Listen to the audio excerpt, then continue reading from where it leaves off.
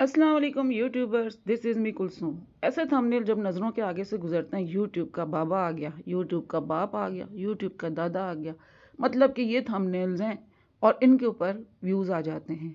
और यहाँ पे नया यूट्यूबर इतनी मेहनत कर रहा होता है, कैसे कैसे थंबनेल बना बना के अपनी जान लगा के, लेकिन उनके ऊपर ना यूट्यूब का बाबा आता है, ना दादा आता है, ना उसका दादा अबू आता है। मतलब कि आप क्या चीज़ सिखाना चाह रहे हैं? क्या हम सब अपने थंबनेल्स के ऊपर ये लिखना शुरू करें कि यूट्यूब का बाप आ गया? यूट्यूब का बाप कहाँ है? यूट्यूब वालों से जाके पता करना पड़ेगा। रोज़ बाप आ जाता है किसी न किसी के थंबनेल के ऊपर और देख के हैरत होती है।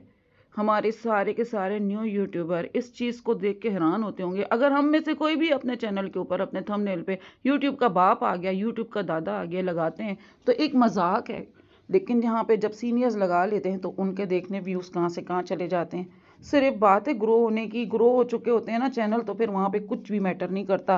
फिर चाहे यूट्यूब का बाबा आए, दादा आए या फिर उसका अंकल आए, ये तरीका होता है अपने आप को ग्रो करा के और उसके बाद जो है आवाम को और बेवकूफ़ बनाने का। भागे भागे चले जाते हैं हम न्यू यूट्यूबर और उनका बाबा देखते हैं कि कहाँ पे यूट्यूब का बाप तो आके नहीं बैठ गया।